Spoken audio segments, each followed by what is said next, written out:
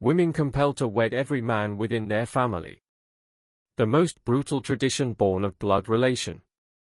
Within the secluded mountains of Tennessee, nestled among profound valleys and thick woodlands, there existed communities that developed customs as unsettling as the isolation that enveloped them. This is the story of the Caldwell clan, whose marital practices forged one of the most genetically compromised lineages ever recorded in the American South. The year was 1912. As the world followed the sinking of the Titanic and President William Howard Taft campaigned for re-election, a way of life entirely removed from modernity persisted in the highlands. Concealed between the valleys, the Caldwells upheld a tradition stretching back generations. The family's women were destined to unite with numerous men from within the same clan, weaving a web of blood marriage that defied every social and biological convention.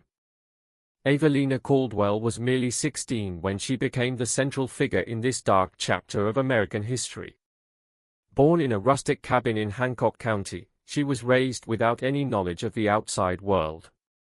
Her education consisted solely of household chores and the peculiar doctrines her grandfather, Silas Caldwell, enforced as absolute law. Silas, the patriarch, was a man of 67 years, his wrinkled face and severe gaze speaking to a lifetime of hard labor and a twisted moral compass. A gray beard that fell to his chest and hands calloused from working the land, he governed his family with unquestioned authority. His rationale for the practice of consanguinity was as simple as it was disturbing: Caldwell blood must remain pure, untainted by outsiders. What is born on the mountain belongs to the mountain. The family's holdings stretched across some 200 acres of rugged terrain, with 6 crude huts connected by dirt paths. Here lived approximately 30 kin, all descendants of Silas and his late wife, Sarah. Their isolation was not merely geographical, but ideological. Children never attended school, and interaction with strangers was strictly forbidden. Tradition decreed that upon coming of age, Caldwell women would first be joined to the elder men of the family, never their direct father, but typically an uncle or first cousin. Subsequently, they would become wives to other men in the clan, following a hierarchy of age and status. The consequences of this practice were etched on the faces of the youngest members. Children born from these unions often displayed visible physical deformities, prominent jaws, low foreheads, eyes set too close together, crooked fingers, and profound intellectual deficiencies. When her time came, the young Evelina, with her light brown hair and melancholy eyes, possessed only a limited grasp of what her familial duty entailed. Her mother, Martha, had endured the same ritual and now, at 35, appeared a woman of 60, worn down by relentless labor and numerous pregnancies. Martha had birthed 8 children, only 3 of whom survived, Evelina and 2 younger brothers, both showing clear signs of cognitive impairment. Evelina's first designated husband was her uncle Ezekiel, her father's brother, a man of 45 with a violent disposition and poor hygiene. The ceremony, if it could be called that, occurred on a night of the full moon, with the entire family gathered around a fire. As patriarch, Silas presided over the ritual, using a distorted interpretation of biblical scripture and invented traditions to legitimize what any outside society would deem an abomination. Evelina did not shed a tear during the proceeding. Her face, illuminated by the firelight, showed a resignation that seemed far too old for her years, the same hollow look she had seen in the eyes of her mother and aunts. Inside Ezekiel's cabin, where she was now forced to reside, there was only a straw bed, a rough-hewn table, and a few chairs. The walls, made from poorly fitted logs, allowed the cold wind to whistle through the cracks. Unknown to anyone at that moment, unlike the other women, Evelina had experienced a fleeting contact with the outside world. 2 years prior, during a rare trip to the nearest town to sell farm goods, she had spoken with a local teacher who, sensing her situation, had secretly given her a book. For months, Evelina had learned to read in hiding, absorbing ideas that revealed a reality beyond the mountains. While the rest of the family celebrated with homemade liquor, Evelina nurtured a seed of rebellion within her. concealed beneath the straw mattress in a cloth pouch was the book that had transformed her perspective, a collection of tales about women who had defied the conventions of their time. On the horizon, clouds gathered, foretelling a storm. The cold wind sweeping down from the peaks carried the scent of rain and the distant rumble of thunder, as if nature itself mirrored the tempest within Evelina. No one could have predicted that this young woman would set in motion events that would ultimately expose the Caldwell's practices to the outside world, dismantling generations of isolation and interbreeding. Check to see if you're already subscribed to this channel. You need to hear these true accounts that unveil humanity's darkest secrets. Stories that no one else dares to tell, but that we all must know.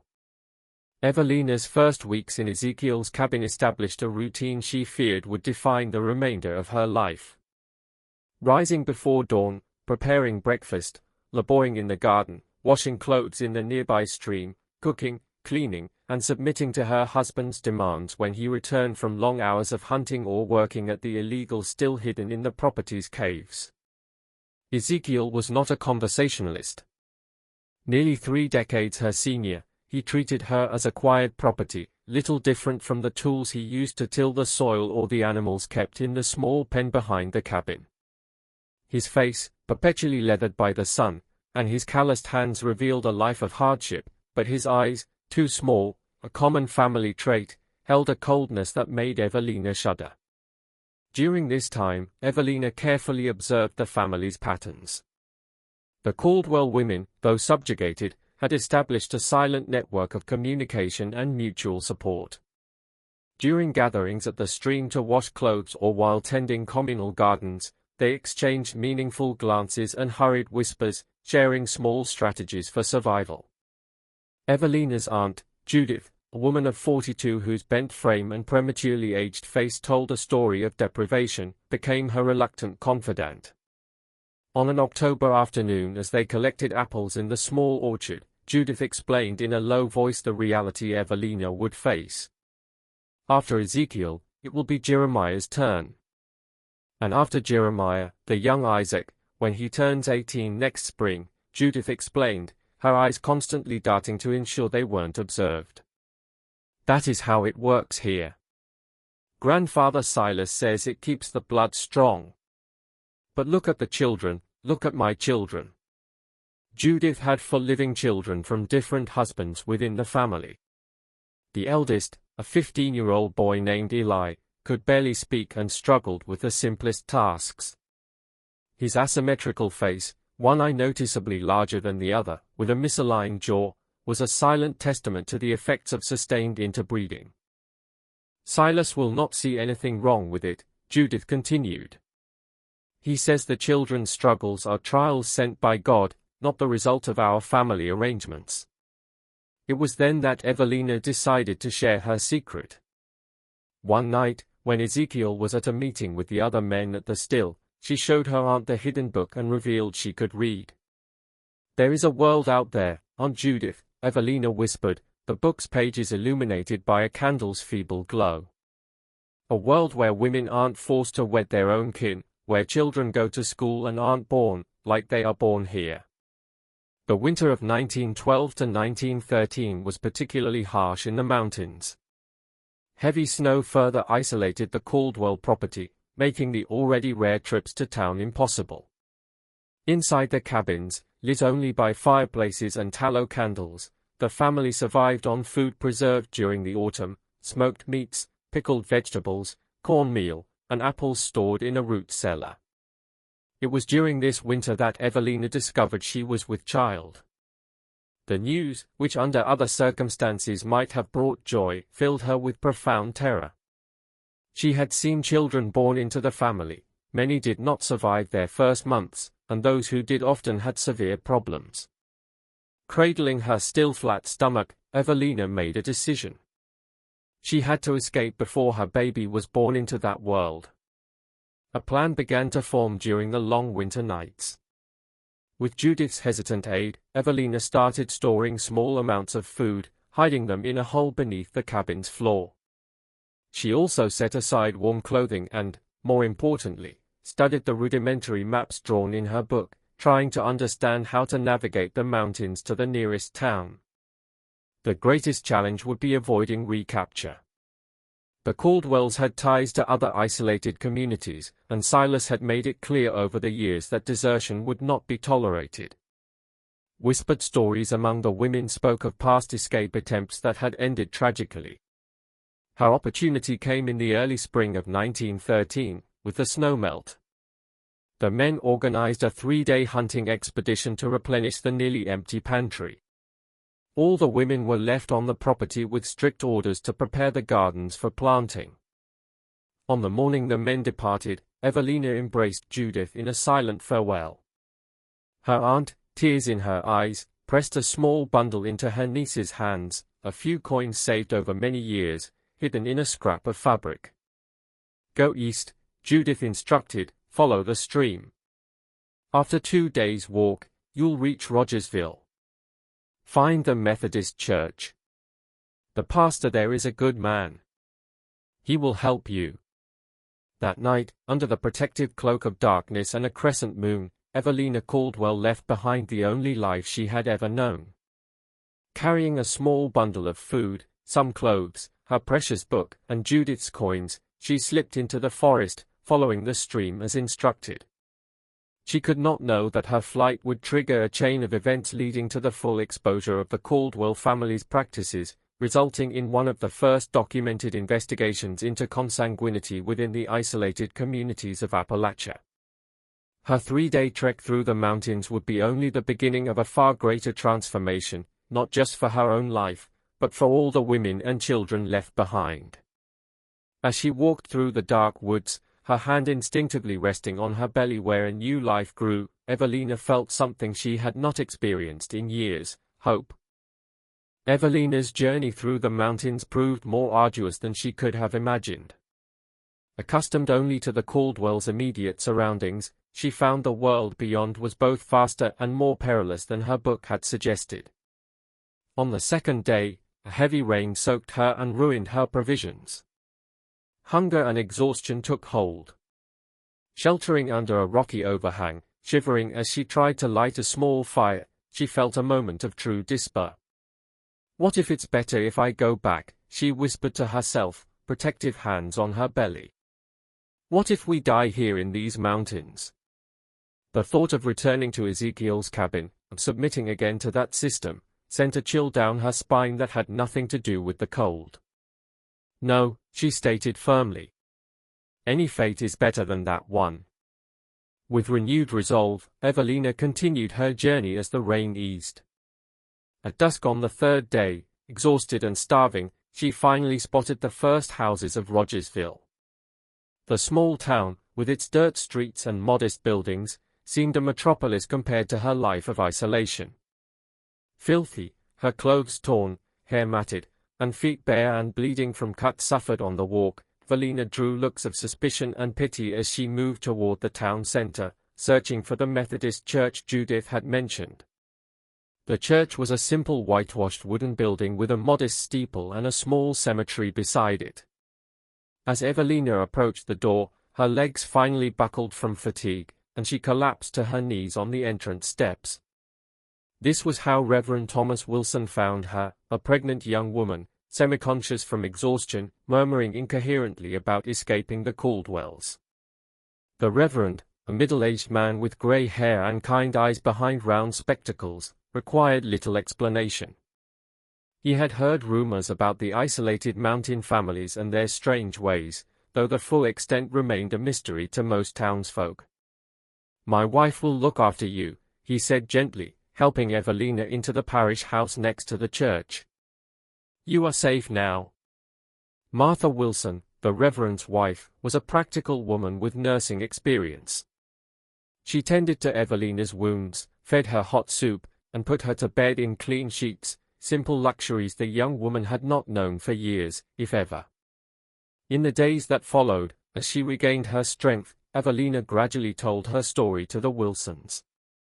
The couple listened with mounting horror to the details of life on the Caldwell property, the forced unions between close relatives, the children born with disabilities, the absolute control wielded by patriarch Silas.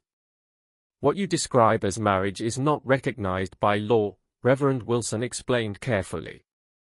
What was done to you and the other women is considered a crime in this state. The realization that the practices she had known all her life were not just morally wrong but illegal was a revelation to Evelina. For the first time, she truly processed the abnormality of the existence she had left behind. If this story is turning your stomach, leave a comment saying "Justice for Evelina." It is vital that stories like this are known, so such atrocities may never happen again. Meanwhile, back on the Caldwell property, the men's return from the hunting trip triggered a crisis. Evelina's absence was immediately discovered. Ezekiel, humiliated and enraged by his young wife's desertion, demanded retribution. Patriarch Silas organized a search of the property and surrounding area, but the rain had washed away Evelina's trail. It was Judith who, risking her own safety, suggested that Evelina had likely perished in the woods, taken by hunger or wild animals. The notion, though macabre, temporarily satiated the men's fury, and they soon turned their attention to preparing the land for spring planting. In Rogersville, as weeks passed, Evelina's presence in the parish house began to stir curiosity in the small community.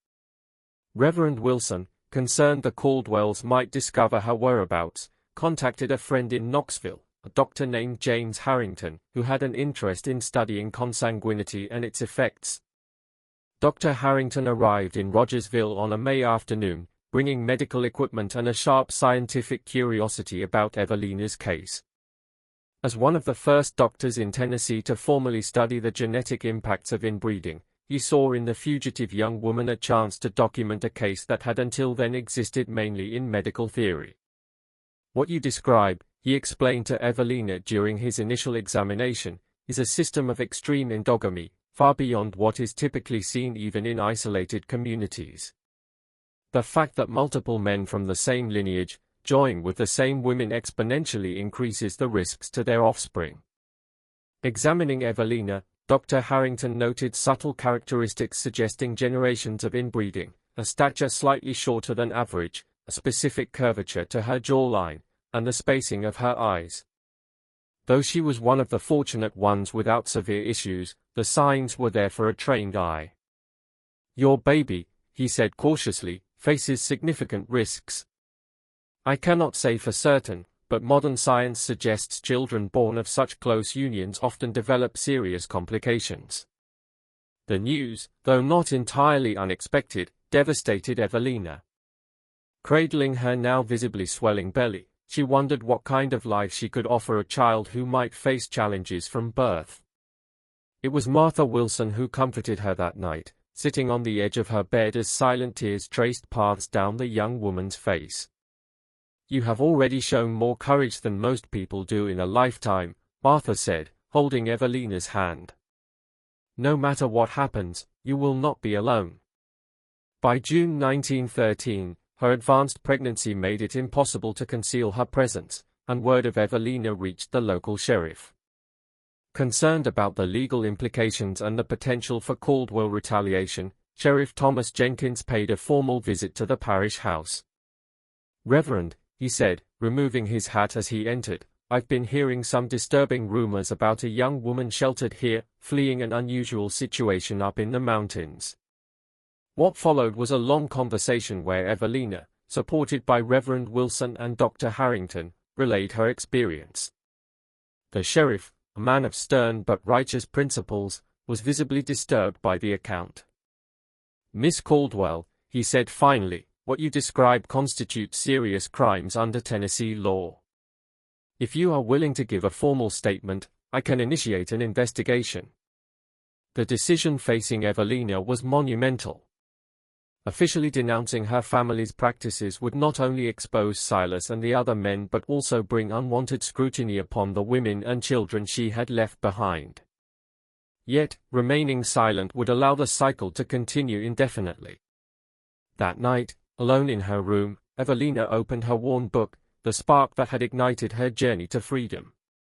Within its pages, she found the courage she needed in the stories of women who had changed not only their own lives but the lives of others around them. The next morning, with a steady hand on a Bible in the sheriff's office, Evelina Caldwell gave her formal testimony. She could not know that her words would initiate one of the first official investigations into forced consanguinity in the United States, eventually leading to changes in state laws regarding marriage and child protection. As summer advanced and her delivery date neared, Evelina vacillated between fierce determination and absolute terror. The future, once so rigidly defined by the boundaries of the Caldwell property, now lay open before her, vast, uncertain, and despite all challenges, finally hers to determine. On a sultry July morning in 1913, Evelina's labor began. Martha Wilson, with her experience as an informal community midwife, prepared the back room of the parish house with hot water, clean towels, and medicinal herbs to ease the birth. Dr. Harrington, who had extended his stay in Rogersville specifically for this event, arrived soon after the first signs, bringing his medical bag and an air of professional concern. The labor was long and difficult. For over 20 hours, Evelina battled through intensifying contractions, her young and relatively healthy body striving to bring into the world a child whose destiny had been shaped by generations of choices not her own. "You're doing wonderfully," Martha encouraged, mopping sweat from Evelina's brow with a damp cloth. "Breathe deeply, just as I showed you."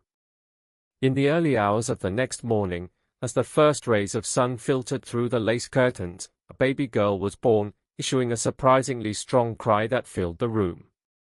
Dr. Harrington examined her immediately, his experienced eyes searching for the signs he feared. Relief washed over his face as he finally wrapped the newborn in a clean blanket and handed her to Evelina. "She appears healthy," he said, allowing himself a rare smile. "We will need to observe her carefully in the coming months, but for now, you have a strong daughter." Evelina gazed at the small, red, wrinkled face, feeling a wave of protective love so intense it stole her breath. The baby's eyes, though still unfocused, seemed to look directly at her with an intensity that made her heart clench. "Hope," whispered Evelina, gently touching her daughter's soft cheek. "Your name will be Hope." The choice was no accident. Hope represented everything Evelina had risked her life to find and everything she desired for her daughter's future. While mother and daughter rested, the world beyond the parish house continued to turn. The investigation sparked by Evelina's testimony had grown in scope and urgency. Sheriff Jenkins, initially skeptical of the allegations' extent, had gathered sufficient evidence to warrant a larger operation, involving county officials and a representative from the state's attorney general's office. One August morning, when Hope was just 3 weeks old, a delegation of 5 armed men, led by the sheriff, set out for the Caldwell Mountains. Their mission was twofold: to investigate the claims of forced and illegal unions and to check on the welfare of the women and children still living under Silas's control. What they found surpassed even Evelina's descriptions. The property, seen in the harsh light of official scrutiny, revealed a microcosm of misery and decay. Crudely built and dilapidated cabins housed women with hollow eyes and children with visible deformities.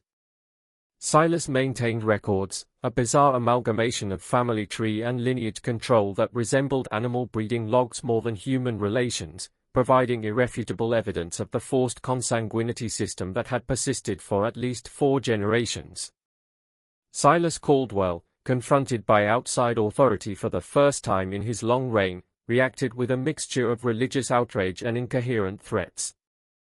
As the sheriff presented the arrest warrant, the old man resisted and was quickly subdued. "What we do here is sacred," he shouted as he was led away. "The blood must remain pure. You have no right to interfere with God's laws." Ezekiel and the other adult men were also detained, accused of crimes ranging from illegal cohabitation to child abuse. The women and children, many seeing outsiders for the first time, were temporarily relocated to a makeshift shelter in town as authorities determined the next steps. News of the Caldwell family and their practices soon spread beyond Rogersville. Newspapers in Knoxville and even Nashville ran sensational reports on the inbreeding colony, discovered in the Tennessee mountains. The case quickly became a focal point for social reformers, doctors interested in genetics, and legislators concerned with gaps in existing laws. For Evelina, now settled in a small room behind the general goods store where she had found work as a helper, the attention was both validating and disturbing.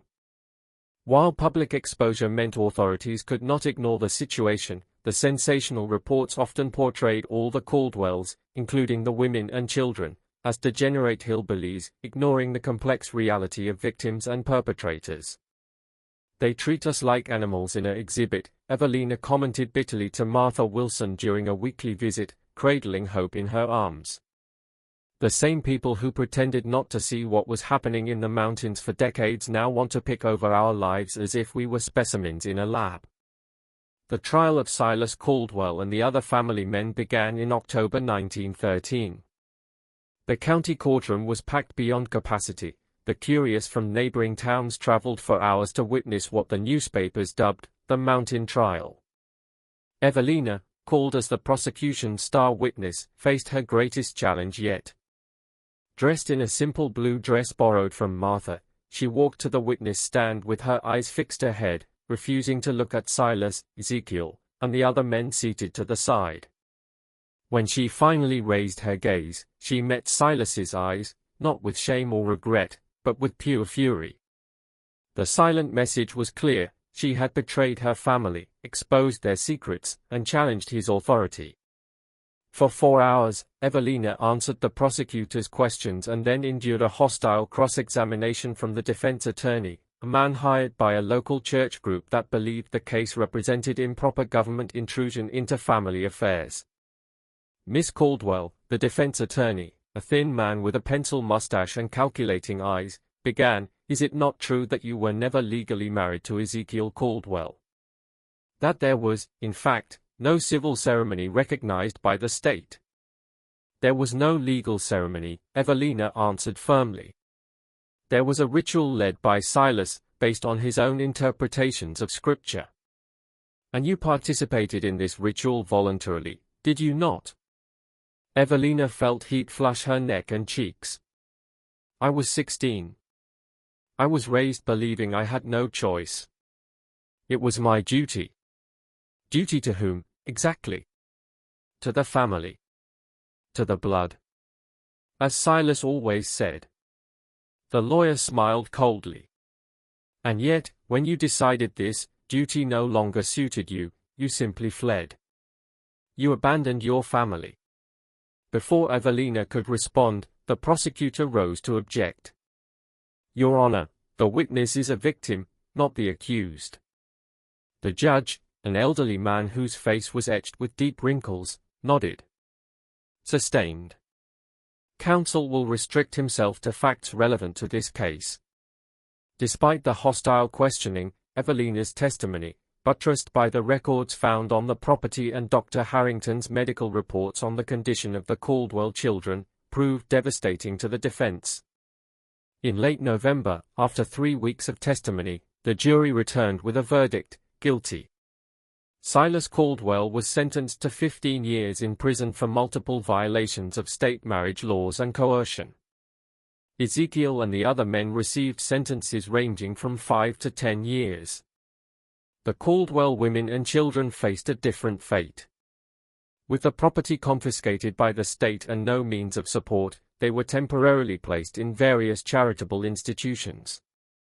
Younger children, especially those with severe disabilities, were sent to state-run asylums, a destination that, while different from their mountain isolation, rarely offered much better conditions in early 20th century America. Judith, who had risked everything to help Evelina escape, eventually managed to settle on a small farm on the outskirts of Rogersville, working as a laundress for local families. Her children, including Eli with his special needs, remained with her, a rare victory in a story marked by so much loss. For Evelina, the trial's end brought relief but not the closure she had expected.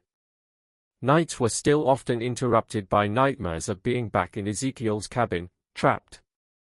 During days at the market, she occasionally caught the stares and whispers that followed her, a mix of morbid curiosity and silent judgment.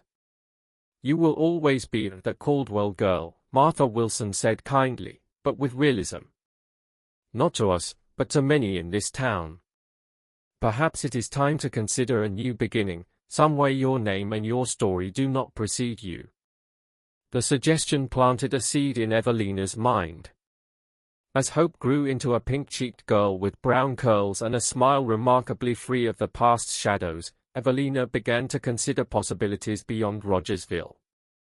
It was Dr. Harrington who finally offered the opportunity. Having returned to Knoxville after the trial, he continued his studies on consanguinity, with a special interest in Hope's development. During a regular visit, he made a proposal. "The University of Tennessee is establishing a special program to study the genetic effects of various conditions," he explained. "They need an administrative assistant, someone to organize files, transcribe notes, that sort of thing. It is not a glamorous job, but it pays reasonably and includes lodging on campus." Evelina, now 18 with her nearly one-year-old daughter, saw in the offer more than a job. It was a chance to rebuild her life in an environment where her past would not be her only defining feature. In January 1914, with Hope in her arms and a small suitcase holding all her worldly possessions, Evelina boarded the train for Knoxville. Gazing out the window as the mountain landscape receded, she felt a complex mix of emotions: sadness for the women and children who couldn't escape, determination to build a better life for her daughter, and a growing sense of purpose. What had begun as a simple escape was transforming into something larger. The Caldwell case, though far from unique, had exposed a dark reality many preferred to ignore: the human cost of generations of isolation and inbreeding in remote Appalachian communities. The work Evelina would do at the university, however modest, would contribute to an understanding that might one day prevent stories like hers. As the train gathered speed, carrying them from the mountain's shadows toward the city's lights, Hope slept peacefully in her mother's arms. Her future, unlike so many Caldwell children before her, was not predetermined by an inescapable cycle of isolation and interbreeding. Whatever life held for her, Hope would have what her mother had risked everything to secure: choice. Knoxville, 1923. A decade had passed since Evelina Caldwell had fled the mountains with her newborn daughter. The city, while still modest by the standards of great American metropolises, felt a world away from the isolated hollows of Appalachia. The University of Tennessee campus, with its red brick buildings and stately oak trees, had become home to Evelina and Hope. What began as a temporary administrative post had evolved over the years. Evelina, demonstrating a keen intelligence and thirst for knowledge that decades of isolation had failed to extinguish, had eventually secured a position as a research assistant in the social studies department with Dr. Harrington. Hope, now 10, was a remarkably healthy and bright child, showing none of the physical or cognitive markers that had plagued so many Caldwell offspring. With wavy brown hair framing a lively, expressive face, she had inherited her mother's perceptive eyes but carried none of the shadow that so often darkened Evelina's gaze. On a particular afternoon, mother and daughter strolled across the campus, enjoying the early fall warmth. Hope, dressed in a simple blue dress and polished shoes, held her mother's hand as she chatted. "Mother," Hope asked, her clear voice cutting through the afternoon, "why does Dr. Harrington always examine me so carefully during our visits? I'm not ill." Evelina looked at her daughter, carefully weighing her response. Over the years, she had grappled with how much to tell Hope about her origins and when. The girl knew only fragments: that her mother came from the mountains, that her father was not part of their lives, that they were somehow special to Dr. Harrington's studies. Dr. Harrington is a scientist who studies how families pass traits from parents to children, Evelina explained, choosing her words with care. "You help him understand important things that can help other children." Hope considered this, her young face serious with thought. "Is it because of my father?" "Because he was a relative of yours." Evelina stopped walking, feeling as if the air had been sucked from her lungs. In all her imagined scenarios for this conversation, she had never considered that Hope might have already pieced together parts of the truth herself. Where did you hear that?" she asked, her voice shakier than she would have liked. Hope shrugged with the blunt frankness of childhood. "I overheard Dr. Harrington speaking with Professor Wheeler about the Caldwell case, and how I was a remarkable example of genetic resilience despite parental consanguinity. I looked the word up in the dictionary." Evelina felt a surge of pride in her daughter's intelligence mixed with despair that she could no longer shield her from this truth.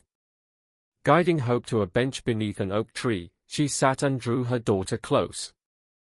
"There are parts of our story I had hoped to share when you were older," Evelina began, "but you have always been more insightful than I expected." Over the next hour, sitting beneath the oak as the autumn light filtered through golden leaves, Evelina told a simplified but honest version of her history. She spoke of the Caldwell family in the mountains, their life cut off from the world, of traditions that forced kin to marry kin, and of her escape to give Hope a different life. Hope listened with an intensity that seemed beyond her years, occasionally asking surprisingly perceptive questions. When Evelina finished, the girl was silent for a long moment. "So that's why we don't have other relatives," she said finally. "And why you never want to go back to the mountains?" "Yes," Evelina answered gently. "But I need you to understand something very important. What happened does not define who you are. You are your own person, Hope. You always will be." Hope nodded slowly, processing it all. Then, in a gesture that brought tears to Evelina's eyes, the girl leaned in and hugged her mother tightly. "You were very brave, Mom," she whispered. "Just like in the stories you read to me at bedtime." That conversation marked a turning point in their relationship. With the past's secrets partially revealed, a new honesty flourished between them. Hope, with her natural curiosity now fueled by fragments of her family history, began asking more questions, not just about the Caldwells, but about genetics, consanguinity, and the studies in which she and her mother had become an integral part.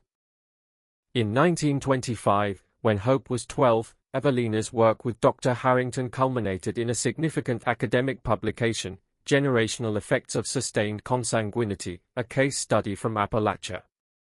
The study, which maintained the subject's anonymity but detailed the genetic and social patterns observed in the Caldwell family and similar clans, became an important reference in the emerging field of behavioral genetics.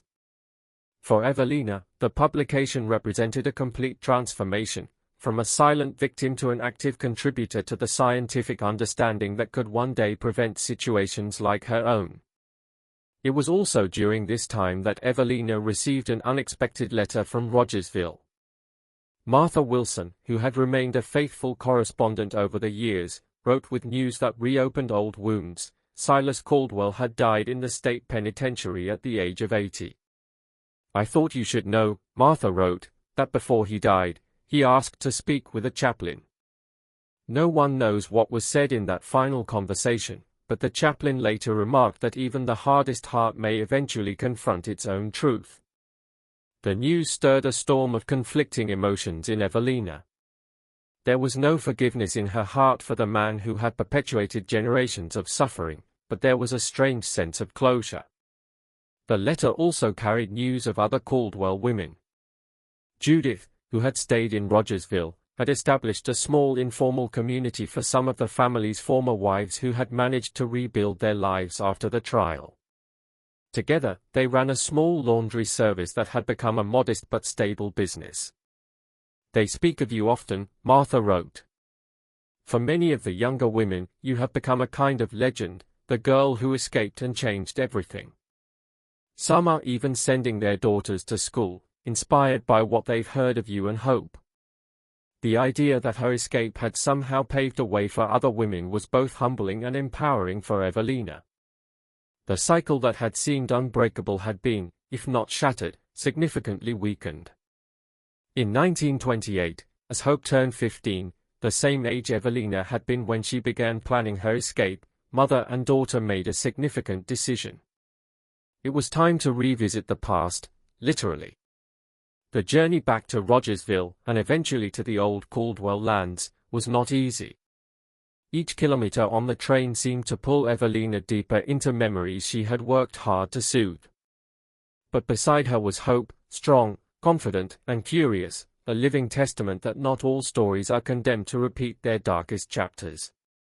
Martha Wilson, now a white-haired widow but with the same kind eyes, met them at the station. The reunion was emotional, with long embraces and tears that spoke more than words.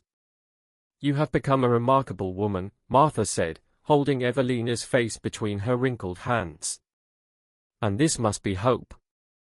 My goodness, she has your eyes." The visit with Judith and the other Caldwell women was equally moving. In a small converted house on the town's edge, Evelina rediscovered women who had shared her childhood and youth, faces now bearing the marks of time but also a new dignity absent in the property days. "You paved the way," said Judith, now a middle-aged woman with gray-streaked hair and hands calloused from work. "After you fled, something shifted. It was as if you had shown us it was possible." The most difficult part of the trip was the visit to the land that had once belonged to the Caldwells. Abandoned after the trial, the property was now partially reclaimed by the vegetation that had overgrown the cabin sites. Evelina walked slowly through what had been the heart of the property, Hope following respectfully a few steps behind. She stopped where Silas's main cabin had stood. A tremor went through her body, not of fear or anger, but of a strange liberation. "This place holds no power over me anymore," she said finally, turning to her daughter. "It will never have power over you." Hope, who had been quiet for most of the exploration, approached and took her mother's hand. "What happened here, it's part of our history. But it isn't our future." On the return trip to Knoxville, sitting side by side on the train as the mountain landscape gradually yielded to plains, Evelina reflected on the extraordinary journey she had traveled, not just the physical distance from the mountains to the university, but the transformation from a frightened, uneducated girl into a woman who now contributed to scientific knowledge and social change. Most importantly, she looked at Hope, healthy, intelligent, with a bright future ahead, and saw the true measure of her victory over the Caldwell cycle of consanguinity. In 1930, Hope Caldwell became the first in her lineage to enroll in university, deciding to study medicine with a focus on genetics, a choice directly influenced by her own history. Evelina, now a respected researcher and occasional lecturer on the social and medical effects of community isolation, watched with inexpressible pride as her daughter carved a path that would have been unimaginable 2 decades before. Evelina's work, combined with studies from other researchers inspired by her case, eventually influenced changes to state laws on consanguineous marriage and how authorities approached isolated communities. A new approach began to emerge, moving beyond sensationalism or neglect to recognize the complexity of these situations and seek interventions that protected the vulnerable while respecting everyone's dignity. On a fall afternoon in 1932, 20 years after her flight from the mountains, Evelina Caldwell was sitting in her university office, reviewing notes for a lecture, when she received an unexpected visitor. A young woman, visibly nervous and carrying a small child, knocked shyly on her door. "Mrs. Caldwell," the visitor asked hesitantly. "My name is Sarah. Sarah Jenkins. I come from a community up in the Kentucky mountains. They told me you could help."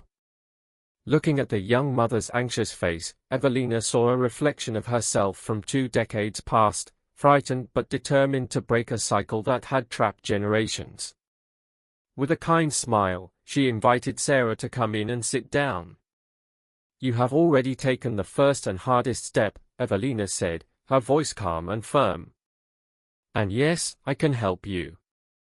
We can help each other." As the autumn sun cast a golden light through the office window, illuminating the